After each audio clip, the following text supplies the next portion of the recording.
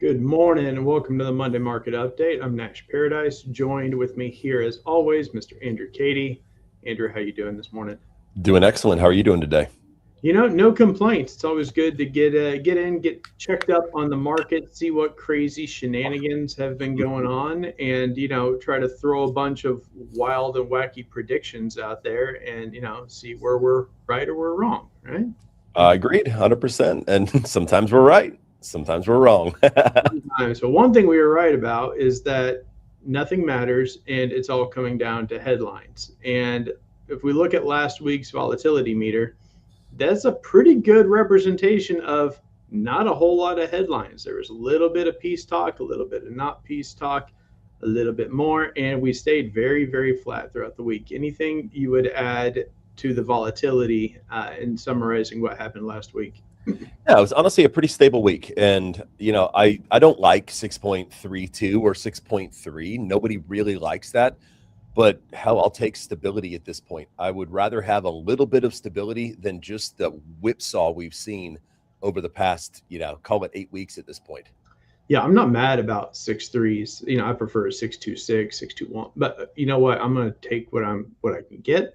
And I know, looking at when your treasury bond is going over 430, that's usually a snap, like what's going on here spot. So the fact that we're able to hold pretty well while the treasury bonds are what I consider a little elevated and without a good solid ceiling, I'll take it. Well, let's jump in and see what happened last week. It was, there's a lot of red here. This is still pretty much a nothing burger. This red is in comparison to everything else, like retail sales, the composite PMI, manufacturing PMI. These things matter in a typical economic cycle, but as it relates to what's going on now and the global economic impact of the current conflict, I don't think they mattered that much. I don't think we saw anything moving big in the bonds because of it. What do you say? I would agree. I think like we had predicted for last week, it really was going to come down to conflict with Iran and oil prices. And the fact that both of those kind of stalemated out last week kind of equaled a flat market for us. Yeah, it's hard to see something like this and be like, okay, initial jobless claims are in orange. Like usually we like labor. Labor is usually pretty cool, man. Labor hit, 214 jobless, 1821 continued. That was right in line with estimates. So much so it's like spot on. And so, yeah, no room to react, no reason to move anything around. As far as the end of the week stuff, things are getting a little more expensive here and there. Retail sales are up a little bit. And okay, well, that's the direction. It seems to make sense. A lot of that is going to be adjusted for, that seasonal expectation. So last week, whole lot of nothing. But this week, Andrew, why don't you take us through what's going on this week? Because that's a lot of stuff. Oh, boy. I got my red flashing light up. Okay. You're giving me PTSD here, but yeah, it's Fed week. I mean, the Fed, obviously, I'll go through a lot of things here. We got a huge news week. It's so big, I can't even read it on my teleprompter. I've got to look over here at it. Obviously, Fed week is always a big week. This will be, from what we understand now, Jerome Powell's last hoorah. This should be the last time he stands behind the podium after a Fed rate decision. because we officially have the Department of Justice dropped their inquiry into the Fed. So the confirmation of Kevin Warsh should be moving forward, which means Jerome Powell will likely be stepping out, potentially staying on as a governor, but stepping out. So this probably be his last hoorah. But as always, I did a video on this already. The fireworks happen at the press conference. The Fed is very well choreographed that this is going to be a flat, we're not moving rates. But I think last week heading into our last Fed meeting, there was a lot of speculation of what inflation would be doing over this jump in oil. Now we actually have the data. So the questions that Powell gets are going to be very data driven. And let's see if he can react accordingly. But on top of that, we've got a lot of things. Like tomorrow morning, we've got the Bank of Japan's interest rate decision. We've got, home price index, some of these things that aren't really going to move the needle. But Wednesday, Fed day, really big, big move there. Press conference at 2:30 p.m. is really going to be something we have to keep an eye on. And then Thursday, we have PCE coming out once again. We have personal consumption expenditures, the measurement of inflation, comes out at 8:30 a.m. Eastern. And that's something we definitely got to keep an eye on. We also have GDP numbers coming out at the same time, continuing jobless claims, initial jobless claims. And then we also have the European Central Bank rate decision. Now, this one could be something that could cause some fireworks because there has been talk with the ECB about potentially raising interest rates. So we'll be very curious to see what ECB does on Thursday. And then Friday, we have ISM manufacturing, which we have as red, could be a big market mover if it's way outside of line. Current estimations are a 53.2, but we're just going to have to wait and see what that looks like. Yeah. So what Andrew's saying is we've got a lot going on. The presser is where it's at. We're not going to get a Fed rate drop here on Correct. the 29th. We know that's not going to happen. But what does Powell say? And like Joe's saying here in the comments, he's a little scared because Powell can be a little more wheels off. He's not, it's his last presser as chair. What's he going to do? What's he going to say? Are the gloves going to come off? Is he going to give us something wild and wacky? Or is he going to be boring old JP? Who knows? And sometimes he gets a little aggressive with press and, you get some tension there. And then that gets read into too much. And then we have to follow that up Thursday morning at 7:30 with PCE. PCE is big. And like you said, PCE is what the Fed really likes to watch. And we are not going the right direction with PCE. These are the March figures. So all the estimates, all the trends from 0.4% to 0.7 on a month over month, from 3 to 3.2. On the year of year for core, and then for the headline, 2.8 all the way up to 3.5 PCE. That's a huge increase in, a very important inflation index that the Fed very much likes to use. So I think once we get these in, depending on where they come in, we're going to see the needle move on the long-term forecasting of what the Fed is going to do.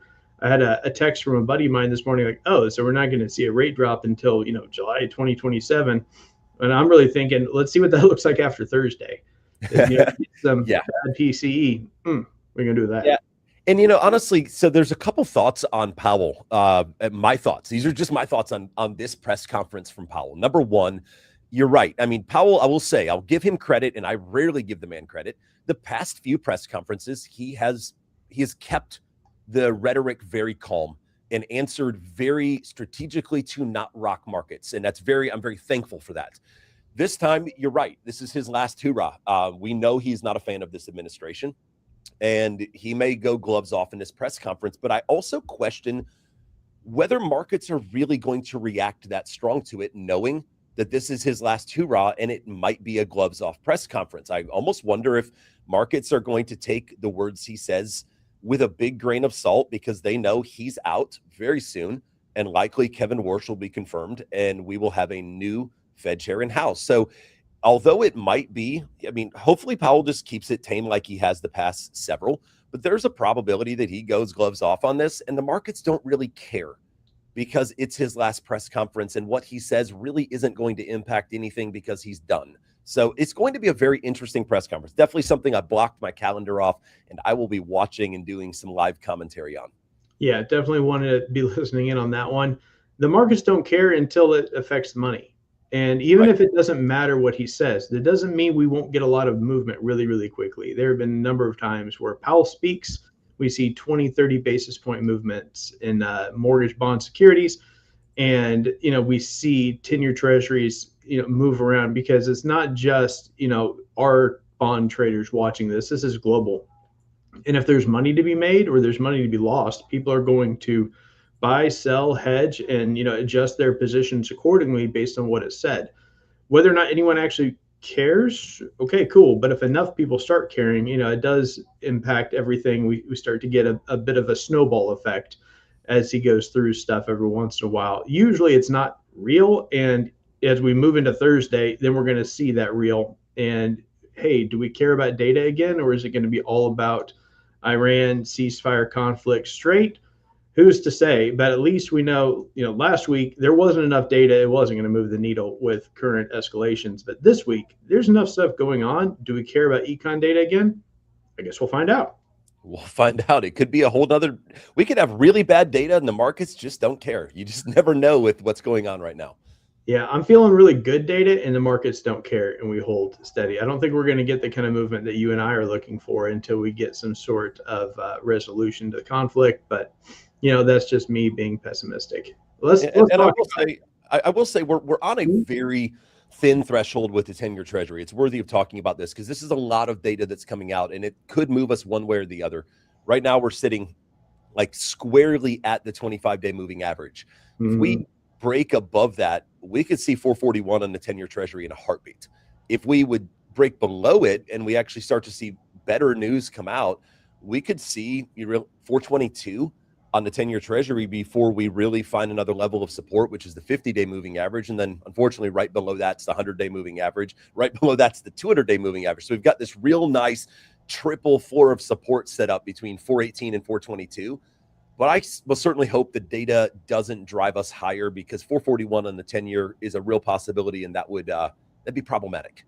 Yeah, I guess the nice thing there for everyone who doesn't know what Andrew just said, because you probably don't, mortgage-backed securities are outperforming 10-year treasuries on a 25-day moving average, which is almost just as confusing as what Andrew said.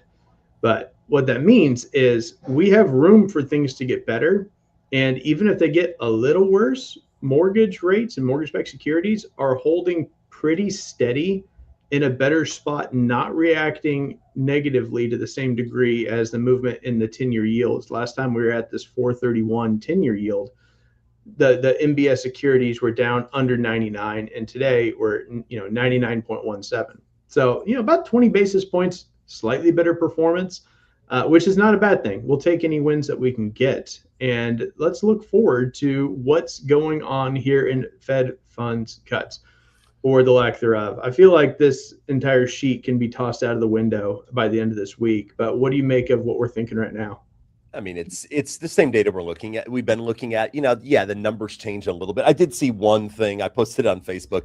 There's a point, I think it's a 0.5% chance of a Fed rate cut coming up today or this week. And I was I posted the Jim Carrey meme. So you're telling me there's a chance, but yeah, I mean, we're not getting really any movement at this point until July of 27 is really where they're projecting potentially another rate cut. But again, this chart goes out the window the moment Powell gets out of office, because I do think there's going to be a big push to cut rates. Whether it actually happens, we'll see. I think the Fed has to remain data dependent on this, regardless of what the administration wants. You'd think, but the administration has taken a very firm stance that, hey, new chair, rate cuts are going to happen. When does that take place? Hard to say. But, when we've got employment holding fine and inflation going up, conversations around interest rate drops and the Fed don't really belong in that same category necessarily. And that's why, for the next few foreseeable meetings, there's, a near zero chance that we're actually going to get that cut. You get that cut too early, it's not necessarily a good thing for rates. Things tend to understand what's going on in the marketplace and follow the data. The data comes first and the Fed reacts in response to the data. So we should already be moving along with the data. And if this data keeps looking bad, even if you get a Fed rate cut, it doesn't really mean things are going to get better anytime soon. So hopefully the data and cuts align. But are we going to see anything in 2026? As of right now, that answer is a pretty firm no. But if Trump gets his way and gets these rates to start dropping, the bad thing there is you could drop, Fed funds rate a couple more drops and not necessarily have any positive impact on mortgage rates if the 10-year bond stays where it is. So, Agreed. we'll see how this impacts everything. But this is used to be one of the more interesting things to discuss is when's that next rate cut? When can we talk about it? What's it going to look like? Nope. Not going to go a whole year without a cut. Seems most likely. Let's jump into our last slide here. My favorite is rates are not as bad as they were, which is always how I like to sum this up. They've been worse. And thankfully now it's a matter of, it's been worse recently. So we should all feel good, right? Yeah, I feel great. I think it's worth noting on these charts, guys. If you're a loan originator watching this and you aren't prepping your clients for refinances, and I mean prepping them, having conversations, having their files structured, having most of their documents ready to go, those dips we've had where we've seen 6% are extremely short-lived. If you're seeing rates dip to a 5.99 again, and you're picking the phone up to call your client and say, hey, rates are at a point where I think we should be able to get a refinance going, likely by the time you get that file structured and you get the documents in hand, rates are back up. That's what we've seen just over and over and over again. So use the opportunity where we're a little bit up on rates to prep a bunch of your clients and have them ready to go. I personally have about 25 people that I have conversations with often on where we're at. I've got their file ready to go. I've got their documents in hand, ready to pull a trigger. So get proactive on these things while rates are elevated. Otherwise, you're going to miss the boat again. Mm-hmm. You will never be as enthusiastic and as hungry as some call center loan originator 6 states over making $300 a file.